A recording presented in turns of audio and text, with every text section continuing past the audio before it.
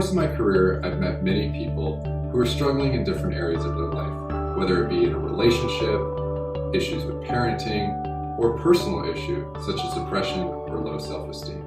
Many people don't have the financial resources or time to devote to coming to therapy on a regular basis.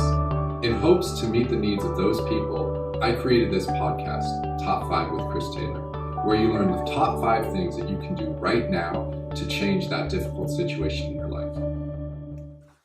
On today's episode of Top 5 with Chris Taylor, we're going to talk about the top 5 things that you can do right now to be less codependent.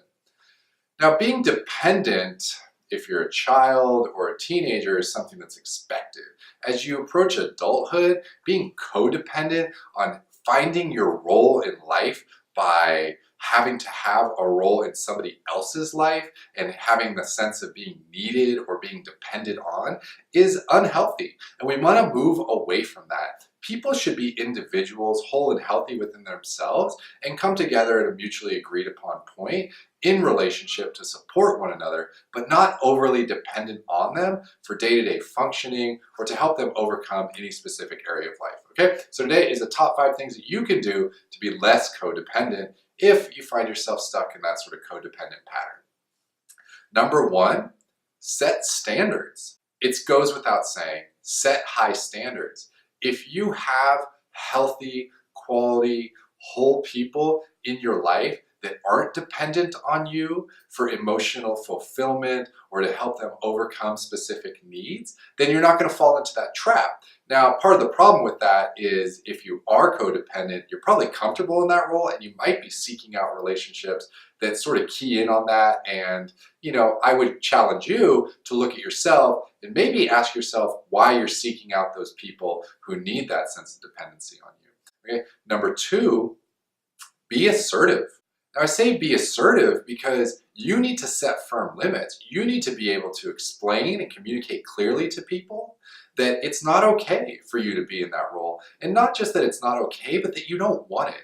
And if they continue to not get their own help and to put you in that role of sort of pseudo-therapist or the fixer or the problem solver, that you just don't want that in your life. You don't have time or energy. Now, that's not to say that you can't give support to people that are struggling or need support, especially if it's, family or friends or, somebody you're in a relationship with. But don't be dependent or foster dependency on you that you're sort of the only one that can do that, because then it becomes unhealthy.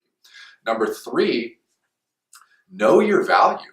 I talk a lot about this idea of knowing your value, but it keys in on confidence and self-esteem and all these sort of core concepts of how we are put together and whole and strong and healthy. So when you know your value, you're going to expect other people to treat you based on that value. It's a phrase I like to say, teach people how to treat you.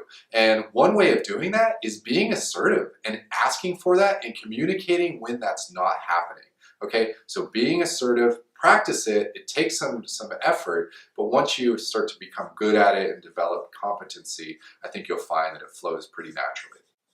Number 4, along with setting standards and being assertive, is set your boundaries. Let people know that you're not their therapist. Let people know that you're just a good friend or you are their partner in relationship, but that means that you'll direct them to getting the help that they need outside of the relationship, that they should only be entering into a relationship with you when they are at that place of feeling healthy or whole. So set clear boundaries, be assertive when doing that, and don't be afraid that you're going to offend. Because if somebody is offended by you trying to be healthy, you probably don't want that person in your life anyways. Okay, and number 5, eliminate negativity.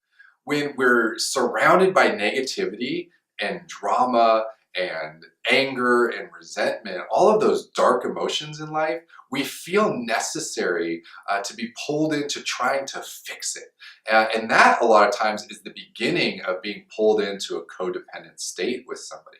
So look at ways that you can eliminate that negativity. Now, the last 4 points that we made are all ways that you can communicate, set clear boundaries, set standards, and be assertive in what you're asking for.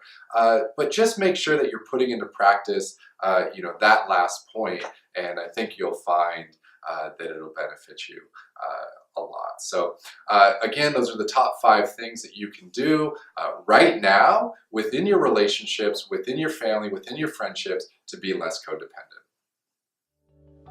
If you liked what you just saw and you would like more information about how you can implement these top 5 things into your life right now, please check out this and additional videos on my website, www.christaylormft.com.